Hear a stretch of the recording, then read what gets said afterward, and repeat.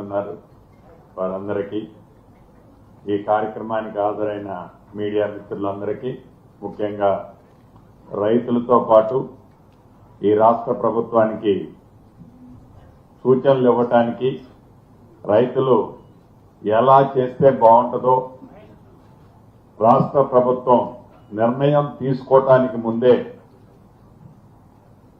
మీ సూచనలు తెలపడానికి విచ్చేసిన ప్రతి ఒక్కరికి రాష్ట్ర ప్రభుత్వ పక్షాన నా పక్షాన మనస్ఫూర్తిగా కృతజ్ఞతలు అభినందనలు తెలియజేస్తున్నా. పెద్దలు భట్టి గారు చెప్పినట్లు ఈ రాష్ట్ర ప్రభుత్వం నుంచి ఖర్చు పెట్టే ప్రతి రూపాయి రాష్ట్ర ప్రజలు వివిధ రూపాలలో రాష్ట్ర ప్రభుత్వానికి చెల్లిస్తున్న డబ్బు అనేది ఈ రాష్ట్రాన్ని పరిపాలిస్తున్న మా అందరికీ తెలియంది కాదు. గత ప్రభుత్వంలో ఏ స్కీములు ఏర్పాటు చేసినా ఏ పేదోళ్లకి కానీ ఏ కార్యక్రమాన్ని చేపట్టాలనుకున్నా ఆనాడు ప్రజల అభిప్రాయాలు ఏనాడు సేకరించలేదు. కేవలం 4 గోడల మధ్య నిర్ణయాలు తీసుకొని ఆ నిర్ణయాలని ఆనాటి ప్రభుత్వం ప్రజల మీద రుద్దేది. ఈనాడు అలా కాదు. ఏదైతే ఈ సంపద ఉందో, ఏదైతే ఈనాడు ఈ రైతులకు కానీ పేదవాళ్ళకి కానీ బడుగు బలహీన దళిత గిరిజనులకి గౌరవ ముఖ్యమంత్రి రేవంత్ రెడ్డి గారి నాయకత్వంలోని ఈ ప్రభుత్వం పేదోడి ప్రభుత్వంగా పనిచేస్తుందో ఆ చేసే ప్రతి పైసా అకౌంట్ చెప్పాల్సిన బాధ్యత ఈ రాష్ట్ర ప్రభుత్వ పక్షాన మా అందరి మీద ఉంది. నిర్ణయం మేమేమి ప్రియాక్యుపైడ్ మైండ్ తో ఇక్కడ కూర్చోలేదు. ఇందాక భట్టి గారు కానీ తుమ్మల గారు కానీ చెప్పినట్లు ఓపెన్ గా డిబేట్ చేసి ప్రజల నుంచి ఏవైతే అభిప్రాయాలు వస్తాయో, రైతుల నుంచి ఏ అభిప్రాయాలు వస్తాయో, నిజంగా ఎవరికి సహాయం చేస్తే ఆ రైతులు మంచిగా ఆనందంగా ఉంటారో అనేది మీ నుంచే ఆ వివరాలు సేకరించి ఈ రాష్ట్ర ప్రభుత్వం చేయాలన్నదే ఈ సభల యొక్క ముఖ్య ఉద్దేశం. సబ్ కమిటీగా అధ్యక్షులుగా భట్టి గారు మిగతా మెంబర్లు మేమందరం ఒక ఉమ్మడి ఖమ్మం జిల్లానే కాదు, రాష్ట్రంలో మిగతా 9 జిల్లాల్లో కూడా రైతులు, ప్రజలు, ప్రముఖుల యొక్క అభిప్రాయాలు సేకరించుకొని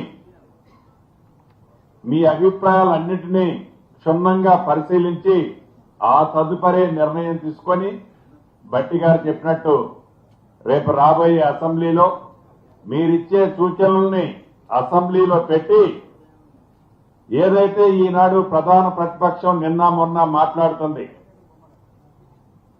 అసెంబ్లీ కొద్ది రోజుల్లోనే ఉంది.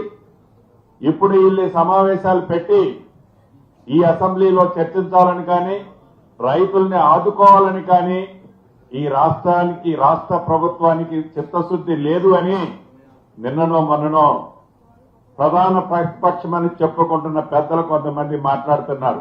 ఇందాక భట్టి గారు చాలా క్లారిటీగా చెప్పారు, ఈ అసెంబ్లీలోనే పెడతాం, మీరు ప్రజల అభిప్రాయాలు ఏంటో మీ ముందు పెడతాం, గతంలో మీరు ఏం చేశారో అది ప్రజలు ఇప్పుడు చెప్పబోతారు, తప్పకుండా అదంతా అసెంబ్లీలో పెట్టి రాబోయే ఈ అసెంబ్లీలోనే ఒక కంక్లూజన్ వస్తుందనేది కూడా ప్రధాన ప్రతిపక్షం ఒక్కసారి అది గ్రహించాలని మనస్ఫూర్తిగా తెలుపుతూ భట్టి గారు చెప్పినట్లు ఈ సభ ప్రశాంతంగా క్లుప్తంగా, ఎందుకంటే ఎక్కువ మంది మాట్లాడితే మీ సూచనలు సలహాలు ఈ రాష్ట్ర ప్రభుత్వానికి తప్పకుండా మార్గదర్శకాలు అవుతాయి. కాబట్టి ఉపన్యసించకుండా మీరు చెప్పాల్సిన పాయింట్ సూటిగా చెప్పాలని రైతులకి సపోర్ట్ చెప్పడానికి వచ్చిన మేధావులందరినీ మనస్ఫూర్తిగా కోరుకుంటూ సెలవు తీసుకుంటున్నాను.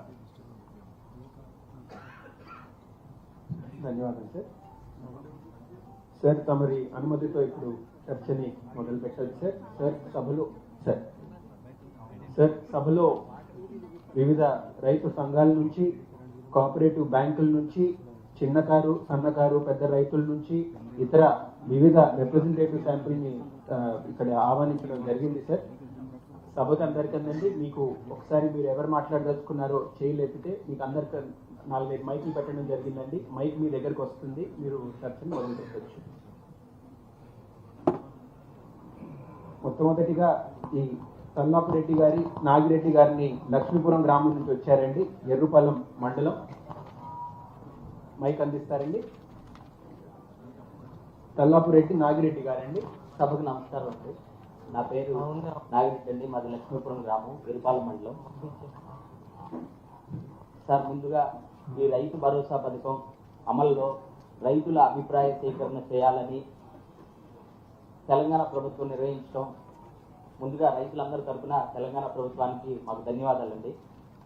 అలాగనే రైతు భరోసా పథకం ఒక రైతుగా నా అభిప్రాయం తెలియజేయడానికి వచ్చాను సార్. ఇక్కడికి రైతు భరోసా పథకం అంటే రైతు పెట్టుబడి సాయం సార్. ఈ పెట్టుబడి సాయం అసలైన సాగు చేసే రైతుకి, చిన్న సన్నకారు రైతుకు మాత్రమే అందాలని ఈ ప్రభుత్వాన్ని ఒక రైతుగా నేను కోరుకుంటున్నాను సార్.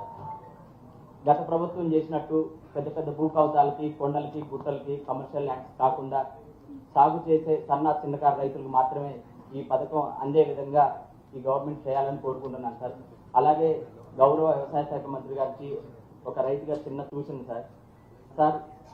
రైతులు భూసార పరీక్ష చేయించి రైతులకు కావాల్సిన ఎరువులు మాత్రం, ఆ భూమికి సరిపడే ఎరువులు మాత్రం ఆ లోకల్ ఏవో గారు సిఫార్సు చేసిన మేరకు ఎరువులు వాడే విధంగా అది చేయాలని కోరుకుంటున్నాం సార్. అది లేకపోవడం వల్ల భూమిలో ఏముంది ఏం లేదని తెలియక ఇచ్చలవాడి ఫెర్టిలైజర్తో పాటు మైక్రోన్యూట్రియన్స్ లేక ఇచ్చలవాడి ఫెర్టిలైజర్ వాడటం జరిగింది సార్. అది కొంచెం పరిగణలోకి తీసుకోవాలని మంత్రి గారిని కోరటం జరిగింది sir. Thank you sir.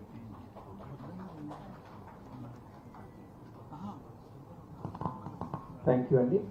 Next Pasumathi Chandra Rao గారండి, కల్లూరు గ్రామం నుంచి అండి. చంద్రరావు పశుమతి గారండి. మైక్ అందించాలండి. సభకు నమస్కారం. ఈరోజు ఒక మంచి కార్యక్రమం రైతులకి. ఎందుకంటే గతంలో చేసిన వాళ్ళు ఎవరు కూడా ఈ రకంగా రైతులను అడిగి చేయలేదు. ముఖ్యంగా నేను చెప్పేది ఏంటంటే సన్నకారు చిన్నకారు రైతులకి గుర్తించి వాళ్ళకి సబ్సిడీ ఇవ్వడం మంచిది. ఇప్పుడు పెద్దలు చెప్పినట్టుగా ప్రభుత్వ సొమ్ము కాదు, ఇది ప్రజల సొమ్ము. ఈ సొమ్ముని దుర్వినియోగం చేయడం చాలా తప్పు. వేల కోట్లు నష్టం చేస్తున్నారు.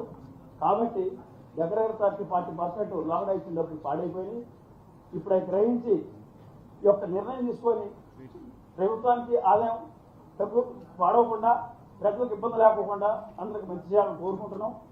అదే రకంగా ఎరువు కూడా సబ్సిడీపై ఇవ్వడం మంచిది. ఇదివరకు కూడా యంత్రాలు ఇచ్చారు, అట్లే మళ్ళీ ఇవ్వాల. ఏదైనా రైతు బాగుంటే రాజ్యం బాగుంటుంది, వాళ్ళ కుటుంబం బాగుంటుంది, మన జిల్లా బాగుంటుంది, ప్రజలు బాగుంటారు. పంటలు పండితేనే బాగుంటాయి. ముఖ్యంగా నీటి వనరులు కానివ్వండి, ఏది కూడా ఫస్ట్ మనిషికి ఆహారం లేనిది ఏది నడవదు. కాబట్టి మన ఆహారం ఉంటేనే, ఆరోగ్యం ఉంటేనే తిరగలుగుతాం. కానీ దీనికి మొత్తం ఫస్ట్ ప్రిఫరెన్స్ ఇవ్వాలా. ఈ ప్రభుత్వం రేవంత్ రెడ్డి గారు ఈ యొక్క కార్యక్రమం చేపట్టడం చాలా బాగుంది. ఎందుకంటే ప్రజలు నిర్ణయం తీసుకొని చెప్తున్నారు. కాబట్టి ఈ నిర్ణయం తీసుకున్న తర్వాత మంచి చేయాలని కోరుకుంటూ అవకాశం పెద్దలందరికీ ధన్యవాదాలు. ధన్యవాదం చంద్రరావు గారు. నెక్స్ట్ దీవెల రామకృష్ణ గారు, తల్లాడ నుంచి అండి.